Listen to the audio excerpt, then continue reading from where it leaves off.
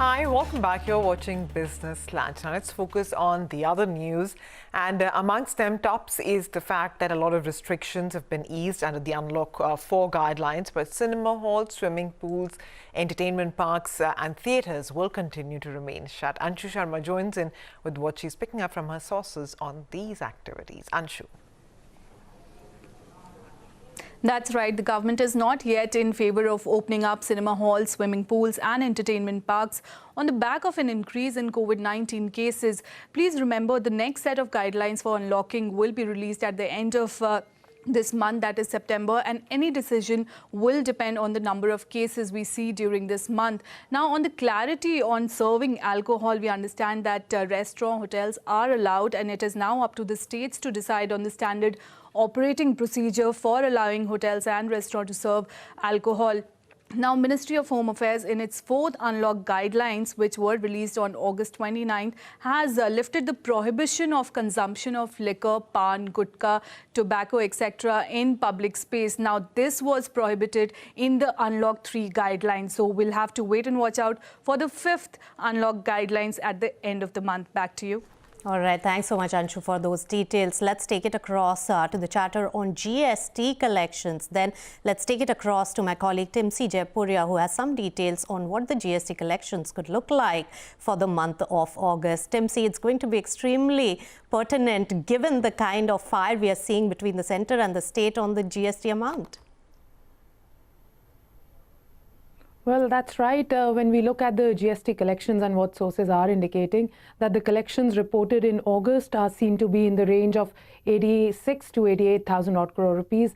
Remember, last month, that is the GST collections reported in July, also stood in the same range, that is around 87,422 crore rupees, which means that the cess collections were also very below the mark. Also, if you compare it on a year-on-year basis, the GST collections reported in August 2019 stood at 98,202 crore rupees. Remember, we were already seeing some impact of economic slowdown, and that's why the collections were below the 1 lakh crore rupee mark last year itself. Remember, the monthly average that was pegged last year was around 1,15,000 odd crore rupees. And now, in the current year, given the pandemic, there are no such predictions of what should be a desired monthly average collection number. But if you see the collections so far, they are going to be similar. So what is going to be worrisome is that the economic activity sort of plateauing at the same range as what was seen last month. So let's see what are the final numbers that the government puts out. Back to you. All right, Timsi, thanks very much for that. Here's another important news for our investors and viewers to track. There'll be no further extension for the distribution of free grains to migrants under the Atmanirbhar Bharat. Sapna Das has more. Well, there has been some kind of a controversy on this front on the numbers. So basically, first, of course, the news part that the government is not extending this any further.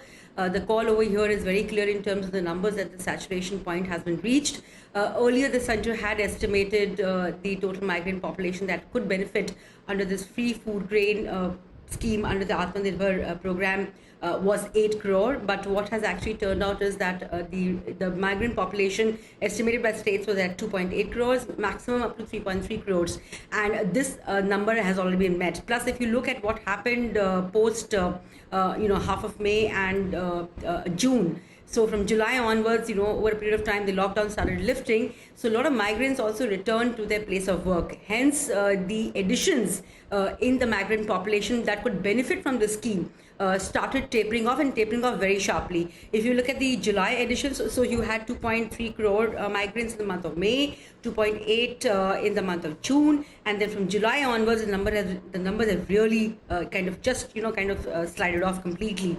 So around 30 odd lakh migrants got the benefit in the month of July. August, the number is down to around 15.28 lakh. So keeping this in mind, this extension for distribution of free food grains to states under Atmanirbhar has ended on August 31st, and the number actually is between 2.8 crore to 3.3 crore migrants who benefited, and not 8 crore. 8 crore was an overestimation done by the center, but it was done in a positive perspective, in the sense they didn't want to miss out anybody at that point in time.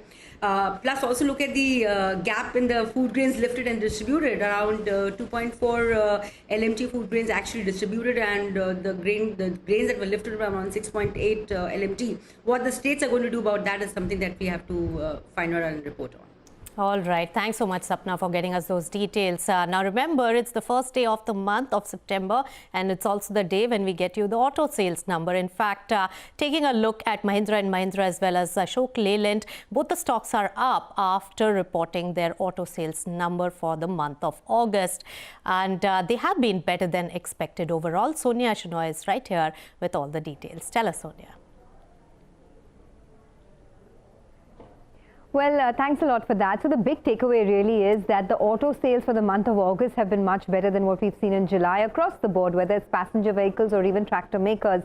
Let's start off with Maruti, where you saw the total sales go up by 17.1% year on year. And on a month-on-month basis, it was a 15% jump that we saw. Domestic sales also went up almost 20.2%, while export sales were down about 15.3%. You had tractor makers, both Escorts and M&M, report very strong numbers this time around, and the management commentary was very optimistic. So Escorts saw an 80% growth in the tractor sales in the month of August on a year-on-year basis, and on the month-on-month basis, it was a 36% jump that they saw.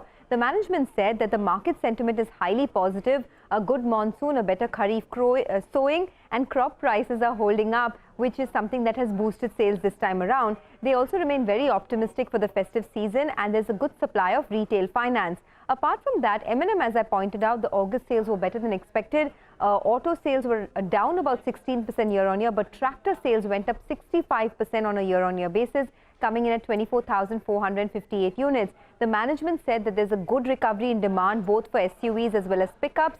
They had some supply side challenges, but those have been eased, and hence they could meet the unmet demand that they saw in the month of August. Also, they say that they expect rural sentiment to remain positive and translate into robust tractor demand going forward. And finally, Ashok Leyland also reported its numbers a while back, and the company did indicate that things have picked up. The numbers were better than what the street was forecasting. So the big takeaway really is that August has been much better than expected and better than July as well.